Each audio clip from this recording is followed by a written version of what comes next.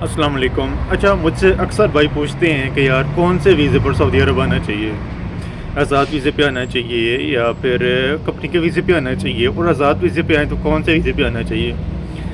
देखिए मेरे भाई, आज़ाद वीज़े सारे अच्छे हैं, सारे वीज़े आज़ाद अच्छे हैं सिवाय 2 को छोड़ के। एक हो गया है घर का ड्राइवर, जिसको कहते हैं सेके ख़ास, प्राइवेट ड्राइवर, हाउस ड्राइवर जिसको कहते हैं। दूसरे नंबर पर है उसको कहते हैं हमने मंजिली कहते हैं आई थिंक, जो होता है घर का मुलाजिम, पर्सनल मुलाजिम घर का। इन 2 वीज़ों पर मत आएँ, क्योंकि इन 2 वीज़ों पर एक तो 24 घंटे आपको ड्यूटी करनी है। ये कहते हैं ना कि 10 घंटे, ऐसा सीन नहीं होता। जो घर में आप रह रहे हो उस घर में मुलाजिम हो, सोच लो कितना काम करना है। पर हाल आगे चलें, बाकी जितने भी वीज़े हैं ना, ट्रांसफ़रेबल वीज़ा कोई भी हो वो अच्छा वीज़ा है, क्योंकि आप ट्रांसफ़रेबल वीज़ा होगा ना, आपको आके जॉब मिलती है, आप वहाँ पर कफ़ाला हो जाएगा, सारा सीन हो जाएगा। आप लीगली तरीके से, लीगली कहते हैं कानूनी तरीके से आप वहाँ पर काम कर सकते हो, ठीक है। और दूसरी चीज़ कि आज़ाद वीज़े पे आएँ या कंपनी के वीज़े पे आएँ, देखें मैं जो पर्सनली एक्सपीरियंस है ना, 1 साल का एक्सपीरियंस है, ज़्यादा नहीं है। 1 साल का एक्सपीरियंस में ये मैं आपके साथ यही शेयर कर सकता हूँ कि आज़ाद वीज़े पर मत आएँ सऊदी अरब। आज़ाद वीज़ा वालों के लिए सिर्फ परेशानी ही परेशानी है। आज़ाद वीज़ा का मतलब समझ आ रही है? आज़ाद वीज़ा क्या, जो पाकिस्तान में देख रहे हैं उनको बताता हूँ कि आज़ाद वीज़ा है क्या। देख मेरे भाई, तू पाकिस्तान से अपना मुल्क छोड़कर सऊदी अरब आता है ना, यहाँ किसी को जानता है, ठीक है। तुझे यहाँ आकर अपनी काबिलियत पर जॉब ढूंढनी है। जो ऑलरेडी सऊदी अरब में मौजूद हैं, जिनको 6-6 7-7 साल का एक्सपीरियंस है, उनको जॉब नहीं मिल रही, तो उनको किस तरह जॉब मिलेगी आज़ाद वीज़े पर आकर?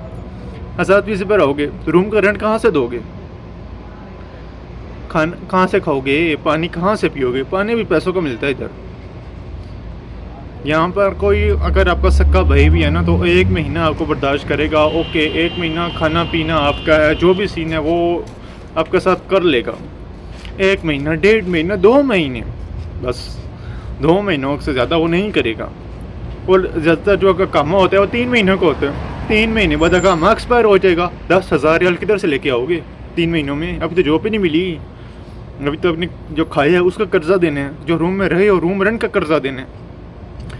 तो आज़ाद वीज़े पर आने का मतलब साफ साफ कर्जा, मतलब अपनी ज़िंदगी को जो है ना एक अंधेरे की तरफ लेके जाना है। कंपनी का वीज़े का वो, उसमें कंपनी का वीज़े का ये होता है ना, जिस दिन आप एयरपोर्ट पर पहुँचते हो, कंपनी का बंदा आपको लेने आ जाता है। उस दिन से आपकी जॉब स्टार्ट होती है, आपकी सैलरी स्टार्ट हो जाती है, आपको रूम दिया जाता है, आपको खाने के दिया जाता है, सब कुछ होता है। आप पर लवारिस नहीं होते, आप अकेले नहीं होते।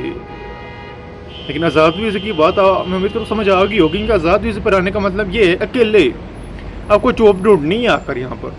ये जॉब ढूंढने का बंदोबस्त पाकिस्तान से करके आए हैं। हाँ, अगर आपको कोई रिश्तेदार यहाँ पर है, उसने आपको बोले आप आ जाओ, मैं आपको यहाँ पर जॉब दिलवा दूंगा, यहाँ पर ये जॉब है, आप बस सऊदी अरब आ जाओ, फिर तो ठीक है। लेकिन आपको सऊदी अरब में ऐसा कोई सीन भी नहीं है, तो इस तरह आज़ाद वीज़े पर ना हो, क्योंकि इसका नुकसान यही है कि यहाँ पर आपको आकर जो है ना, बहुत जितने भी खर्चे अपनी जेब से करने हैं, वो किस तरह करोगे? यहाँ पर रियाल के हिसाब से खर्चे होंगे, पाकिस्तानी करेंसी के हिसाब से खर्चे नहीं होंगे। पाकिस्तानी क्या, कोई भी कंट्री है आपकी, इंडियन, बांग्लादेश, पाकिस्तान, मतलब कोई भी, उर्दू ज़ुबान वाली समझ रहे हैं जो देख रहे हैं, ठीक है।